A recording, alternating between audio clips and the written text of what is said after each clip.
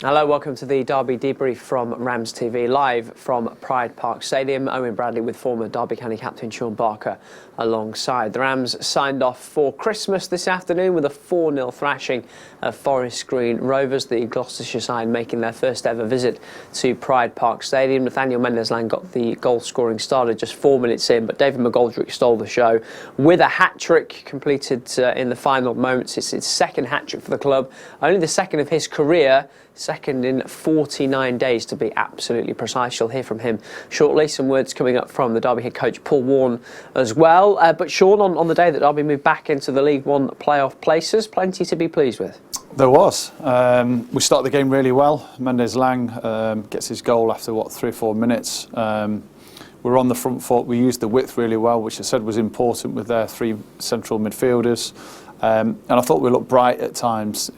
In long spells in the game, it was actually quite flat, but those moments of maybe quality, of magic, belong to Derby and that man McGoldrick. They certainly, I think, looked a little bit overawed, Forest Green, in the opening moments. They did, but what surprised me is that he didn't change at all in terms of the shape and the system, because there was so much space out wide. Smith and Mendez-Laing down the right, and Barkes and Sibley, especially in that first 45 minutes, were just getting so much joy, so much time to step forward. And as long as we moved the ball quickly on 2 touch and we bounced it across the back into those wide areas, they never really lived with that.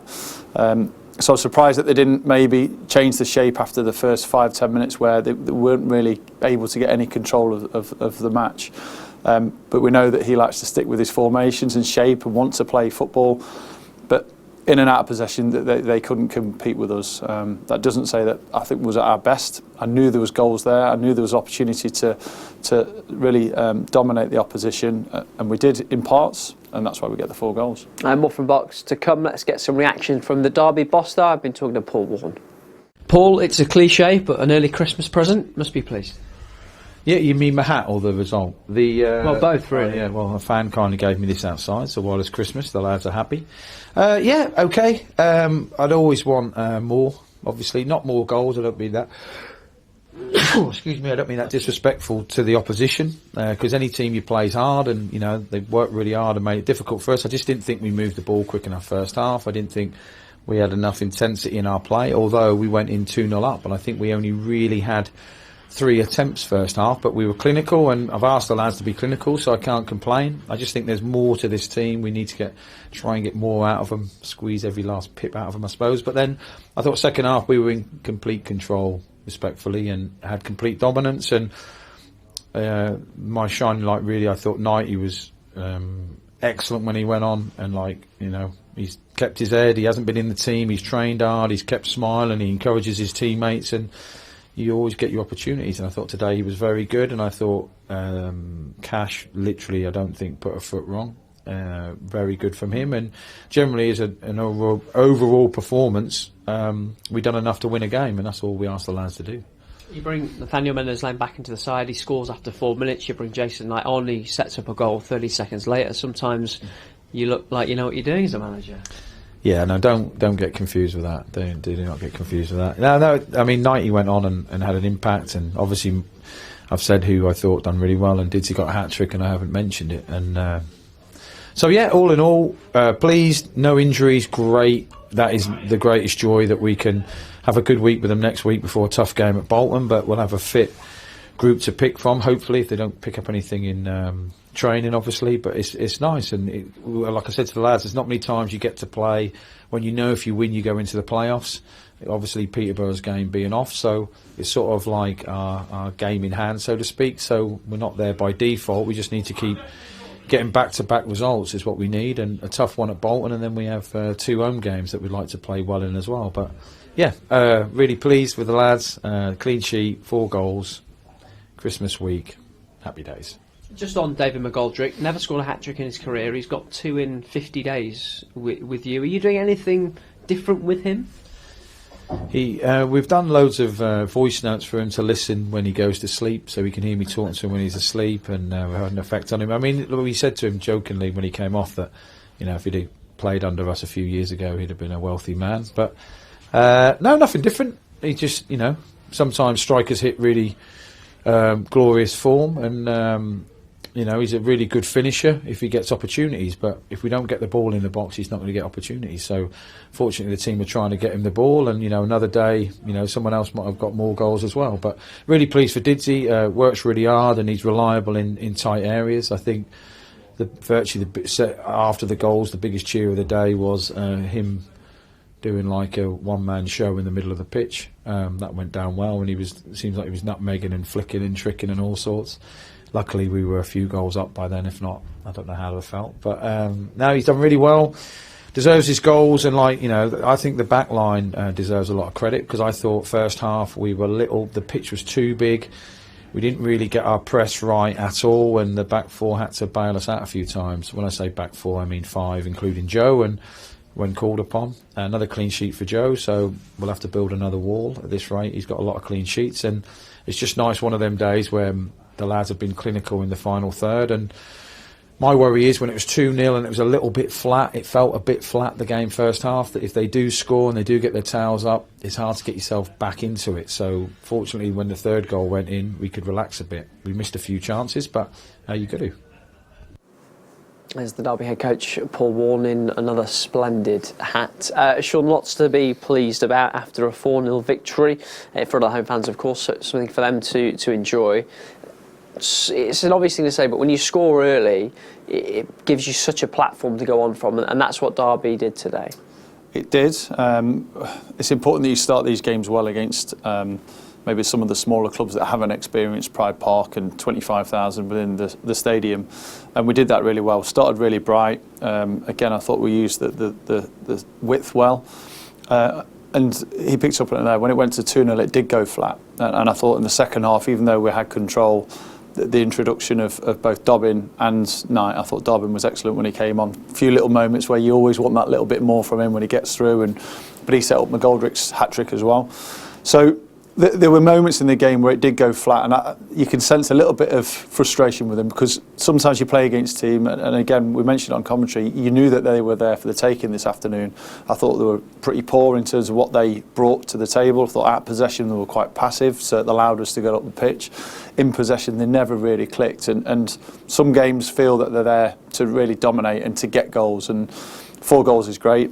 The objection is to get wins, turn draws into wins. It's to get goals, it's to get clean sheets. So all in all, it's a perfect afternoon, but you always felt there was a little bit more in there. So I'm sure he's obviously pleased going into the Christmas period in the top 6. He's had a real kind of a willingness to work with his style. You look at Lewis Sibley, who I thought was excellent at left back, Smith at right back. Players are probably pushing themselves that little bit more than they ever have done, and we're starting to see the rewards. Another lesson from David McGoldrick today. 3 different sorts of goals. The first to finish from close range at the end of a lovely move. Second, all about him, turns, finds the top corner. The third, maybe a little fortunate that it comes straight back to him after the header or the shoulder. But when he plays like he did today and against Bristol Rovers 2 months ago, and he scored a hat-trick then as well, he just looks as though he's on a different level. He does, and he's that missing link when you're maybe not at full flow. Sometimes he doesn't get involved in much of the game, maybe as you'd like, but if you give him the ball, in that little gap between the midfield and defenders, if you allow him to have an opportunity to turn, he possesses quality. He always has done, which is why we're so surprised he got his first hat-trick with Derby. But you have to feed him. You have to get the ball to him. And it's the same with James Collins. He wasn't getting much service before the manager and the staff came in. He was alone, a lonely figure up there, and he worked his socks off, but he lacked that cutting edge. Now, with 2 players that both can score, they've both got experience and they've both got quality in and around the edge of the box, you have to get the ball to him. And the key moments today were getting the ball to him. And again, Jason Knight and Dobbin are the ones that set him up in that second half. So credit goes to the subs. But all in all, it was a wonderful performance from him. Those moments of magic, he just sets him apart. And he had his moments of showboating as well. And you don't obviously, but you almost feel for the opposition, not just defenders but midfielders, because he was tormenting them too. But he always plays on the cusp of showboating because of his ability to bring the ball down, because of his ability to turn round corners. He doesn't do it because it's 4-0. He does it because it's natural. He just had it in abundance today, and that second half, when it went flat and the impetus came on with the subs and the energy came on, that brought him back to life and got him more involved in the game. So an all-round performance was excellent. I thought defensively we were solid, but didn't really have much in terms of threat from them. And it's just, again, a nice way to go into that Christmas break, knowing that you're in the top 6, knowing that you've worked under 2 managers and you've worked out how to get the best of these players, and a 4-0 at home is always a nice reward. It certainly is. Let's get some more reaction, then we can hear from the hat-trick hero today, David McGoldrick. Yeah, buzzing, just as delightful as the last one. Striker scoring goals, no better feeling, and obviously a win as well. We scored 4 last time, we scored 4 today, but we kept a clean sheet, so it's better. So, yeah, happy days. You look like you were really enjoying yourself today. Yeah, I'm finding my fitness the more it's coming on. I know we're in December now, but it was a slow start for me.